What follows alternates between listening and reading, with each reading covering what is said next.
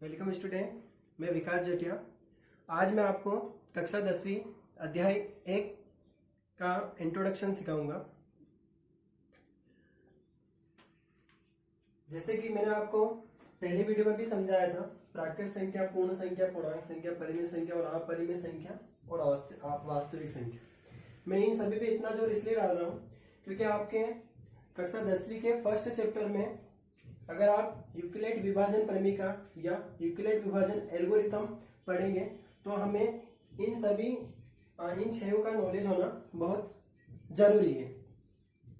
प्राकृत संख्या वह संख्या जो 1 से स्टार्ट होकर अनंत तक जाती है, और पूर्ण संख्या वह संख्या जो प्राकृत संख्या के साथ में हम एक जीरो आगे लगा देते हैं। तो इसका मतलब यह है कि पूर्ण संख्या वह संख्या है जो जीरो से स्टार्ट होकर इन्फिनिटी की ओर जाती है, और पूर्णांक संख्या वह संख्या है जो पूर्ण संख्या के साथ में ऋणात्मक की ओर भी अनंत तक जाती है। ठीक है। अब परिमेय संख्या क्या होती है? तो परिमेय संख्या वह संख्या होती है जो फ्रैक्शन में होती है, भिन्न में होती है। जैसे 3/4, 1/2, 3/5, 4/5। परिमेय संख्या वह संख्या जो भिन्न में होती है।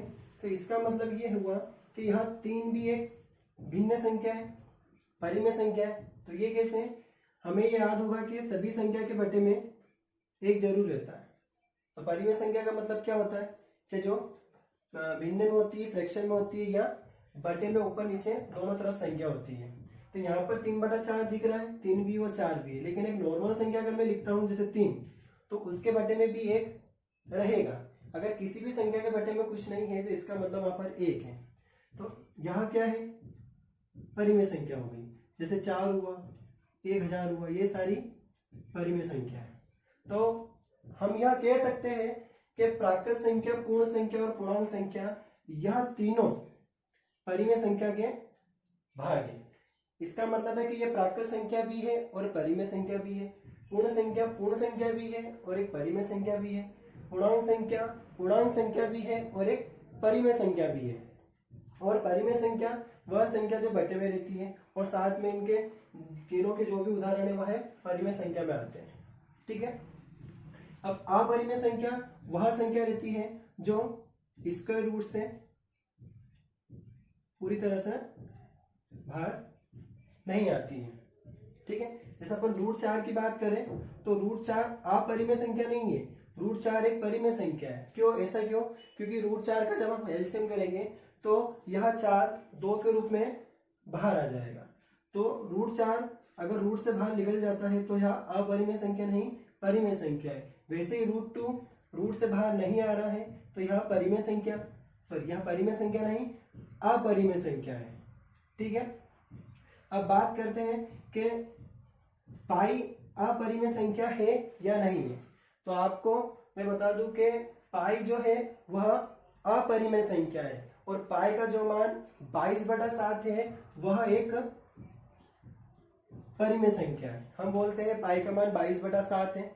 तो इसका मतलब यह नहीं है कि पाई परिमेय संख्या बन जाएगी और 22/7 अपरिमेय संख्या बन जाएगी।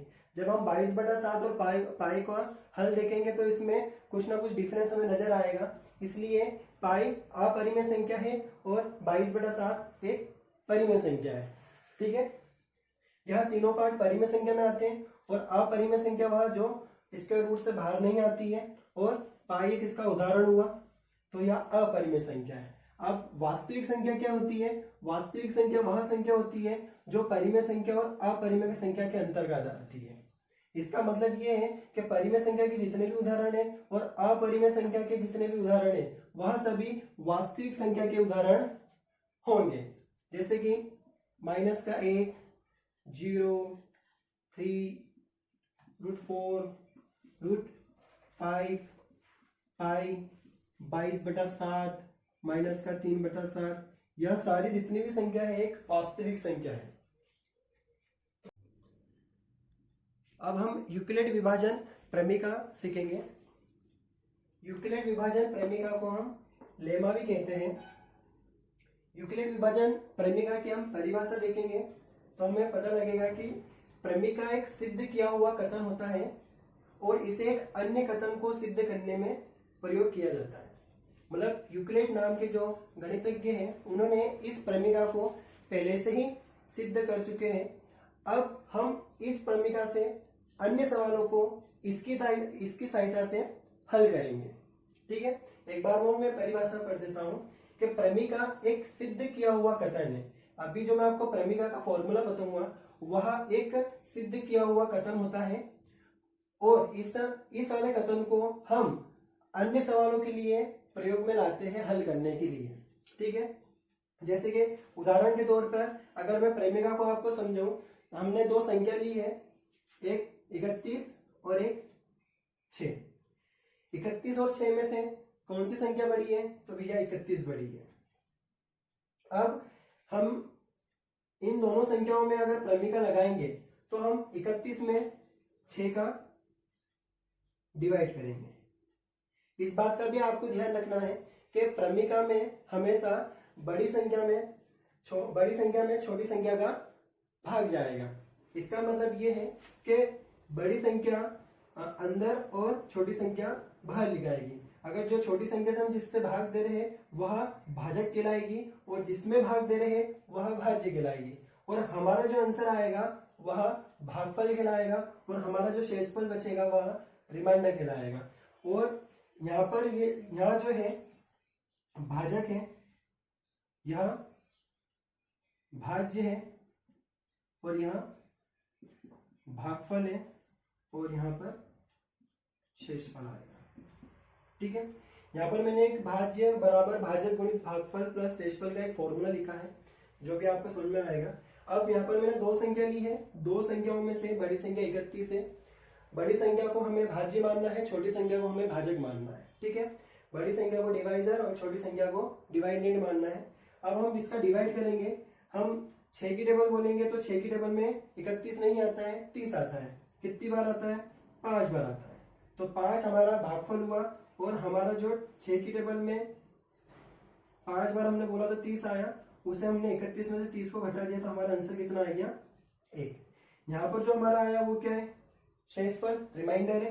जिससे हम भाग दे रहे थे वो क्या है?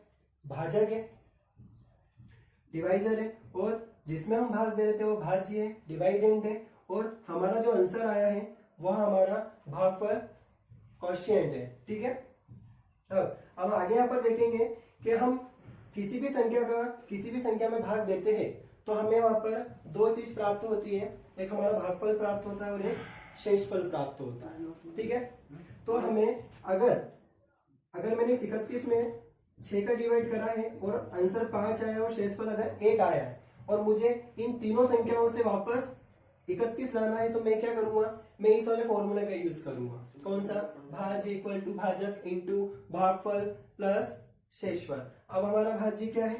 31 है, तो यहाँ पर मैंने भाज्य की जगह 31 लिखा। देखिए, और हम जिससे भाग दे रहे थे वो कितनी संख्या है? 6। और हमारा जो भागफल आया वो कितना है? 5। और हमारा जो रिमाइंडर है 1। 6 में 5 का इंटू करा 31 ऐसी 30, 6 में 5 का इंटू करा कितना हुआ? 30 प्लस का 1 और हमने 30 में 1 जोड़ा तो कितना हो गया? 31 बराबर 31। ठीक है, मैंने आपको यहाँ पर ये बताया है कि हम किसी भी संख्या में किसी संख्या का भाग देते हैं तो जिस संख्या में हम भाग दे रहे हैं उस संख्या को कैसे प्राप्त कर सकते हैं। तो उसके लिए ये फॉर्मूला होता है भाज्य बराबर भाजक इंटू भागफल प्लस का शेषफल। यहाँ तो एक नॉर्मल बात थी।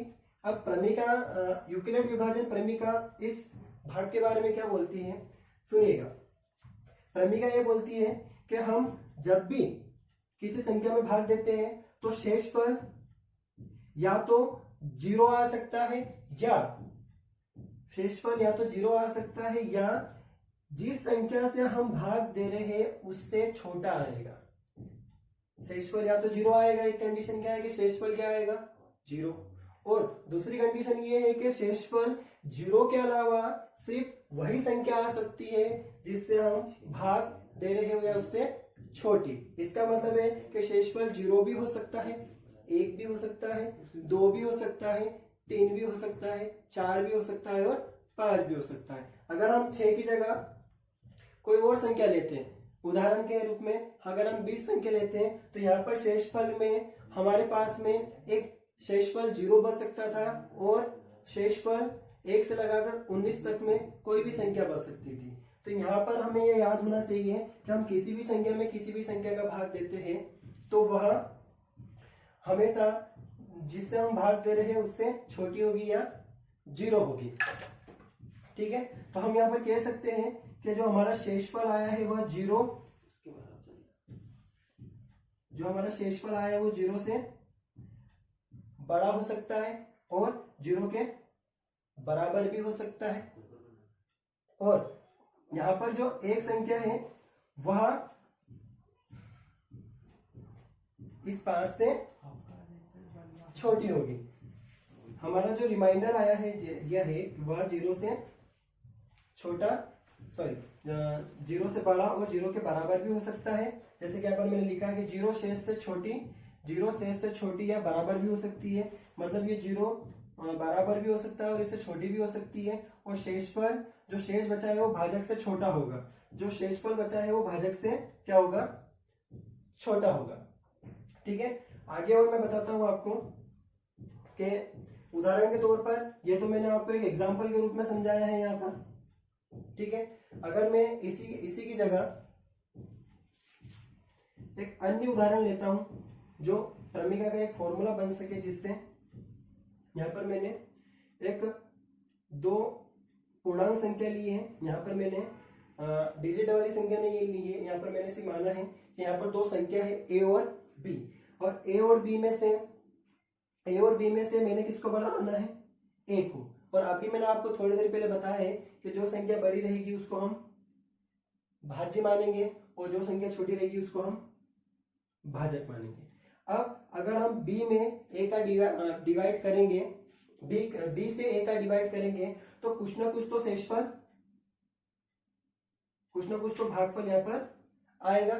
तो उस भागफल को मैंने क्या माना, q माना। और इसको जब मैं हल करूंगा तो कुछ ना कुछ तो यहाँ पर शेषफल आएगा, तो इस शेषफल को मैंने क्या माना, r माना।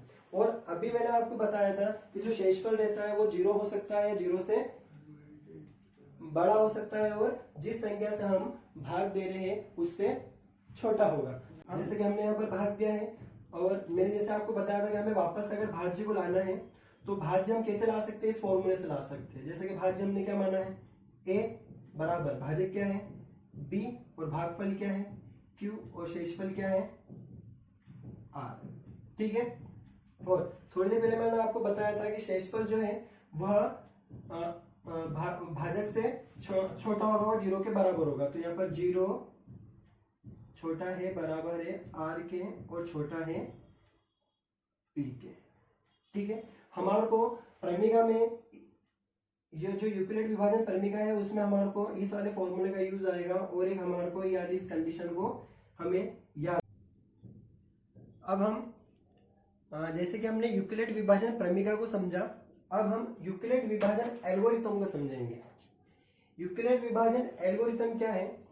वैसे यूक्लिड विभाजन एल्गोरिथम और यूक्लिड विभाजन क्रमिका दोनों एक ही चीज है, बस फर्क इतना है कि यूक्लिड विभाजन क्रमिका एक गणितज्ञ वैज्ञानिक यूक्लिड ने उसे पहले से सिद्ध कर चुके हैं और यूक्लिड विभाजन एल्गोरिथम तब सिद्ध होगी जब हम उसके चरण से गुजरेंगे।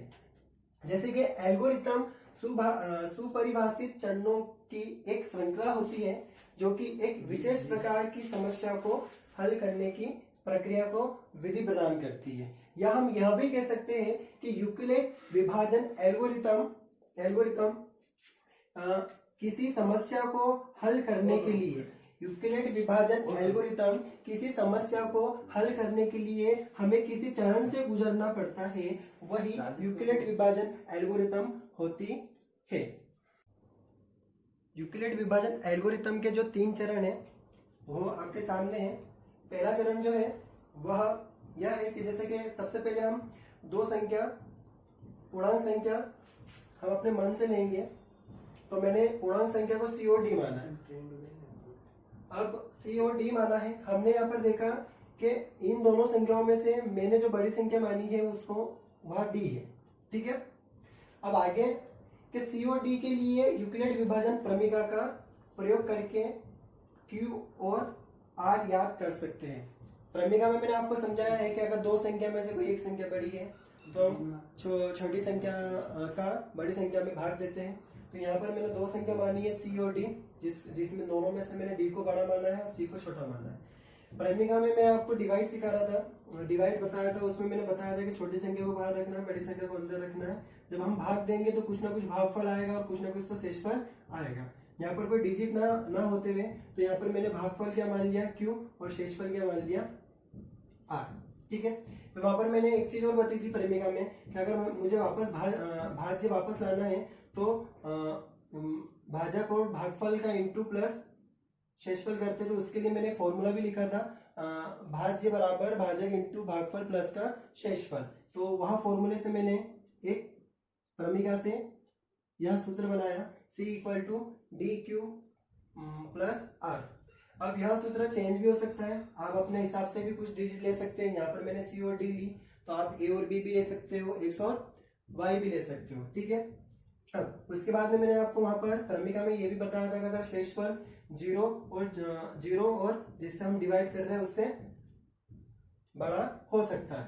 ठीक है, सॉरी उससे छोटा हो सकता है, zero equal to less than R less than D. ठीक है, अब चरण दूसरा क्या बोलता है एल्गोरिथम का कि यदि अगर हम डिवाइड करते हैं और शेषफल अगर जीरो आ जाता है, यदि आर बराबर जीरो है तो डी और डी पूर्णांक सी यह दोनों पूर्णांक संख्या है। पूर्णांक संख्या मतलब यहाँ पर कोई भी संख्या हो सकती है, धनात्मक 4 3 5 6 7 8 कुछ भी हो सकती है। तो यहाँ पर मैंने कोई संख्या ना मानते हुए यहाँ पर मैंने डी और सी लिखा है। उसके बाद में हम इन दोनों का एचसीएफ करेंगे। एल्गोरिथम क्या बोलता है कि एचसीएफ करना, लेकिन हमें एचसीएफ नहीं करना है, हमें एल्गोरिथम में फर्स्ट चरण में प्रमेय का यूज करके उन दोनों संख्याओं का डिवाइड करना है। ठीक है, आर शून्य के बराबर नहीं है तो डी और आर के लिए यूक्लिड प्रमेय का प्रयोग करें। अगर हमारा आंसर दूसरे चरण में आर बराबर जीरो आ जाता है तो हमारा आंसर यहाँ पर हम जिससे भाग दे रहे हैं वही हमारा एचसीएफ होगा। अगर मान लीजिए कि आर बराबर जीरो नहीं आता है तो हमें तीसरे चरण पे जाना पड़ेगा, जो क्या है कि इस प्रक्रिया को तब तक जारी रखना है जब तक शेषफल जीरो ना प्राप्त हो जाए, और इसी स्थिति में प्राप्त भाजक ही हमारा क्या होगा एचसीएफ होगा। हमारा अगर आंसर दूसरे चरण में जीरो आ जाता है तो एल्गोरिथम में सिर्फ दो चरण ही लगेंगे। अगर हमारा आंसर दूसरे चरण में शेषफल जीरो नहीं आता तो हमें तीसरा चरण भी लगाना पड़ेगा। एक उदाहरण के रूप में आपको मैं सवाल सिखाता हूं।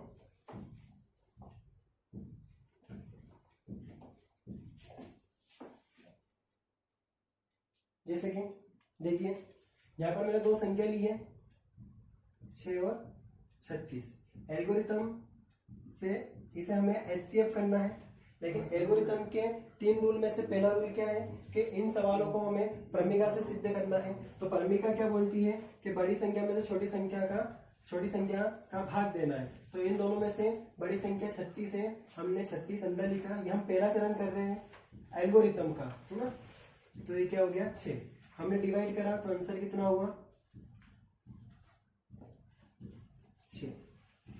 पहला चरण बोलता है कि बड़ी संख्या में छोटी संख्या का डिवाइड करो। दूसरा चरण ये बोलता है कि डिवाइड करने पर अगर हमारा शेषफल जीरो आ जाता है तो हमारा जो एचसीएफ होगा, हम जिससे डिवाइड कर रहे हैं वही हमारा क्या होगा एचसीएफ होगा। ठीक है, यह जो मैंने अभी उदाहरण लिया है यहाँ पर सिर्फ एल्गोरिथम के 2 चरण ही लग रहे हैं। एक और उदाहरण मैं आपके सामने लेता हूं 6 और 38। अब इन दोनों में से भी कौन बड़ा है तो 38 बड़ा है। ठीक है, अब यहाँ पर मैं 38 में 6 का डिवाइड करूंगा। यहाँ पर एल्गोरिथम का फर्स्ट रूल लग रहा है कि बड़ी संख्या में छोटी संख्या का डिवाइड कर रहे हैं।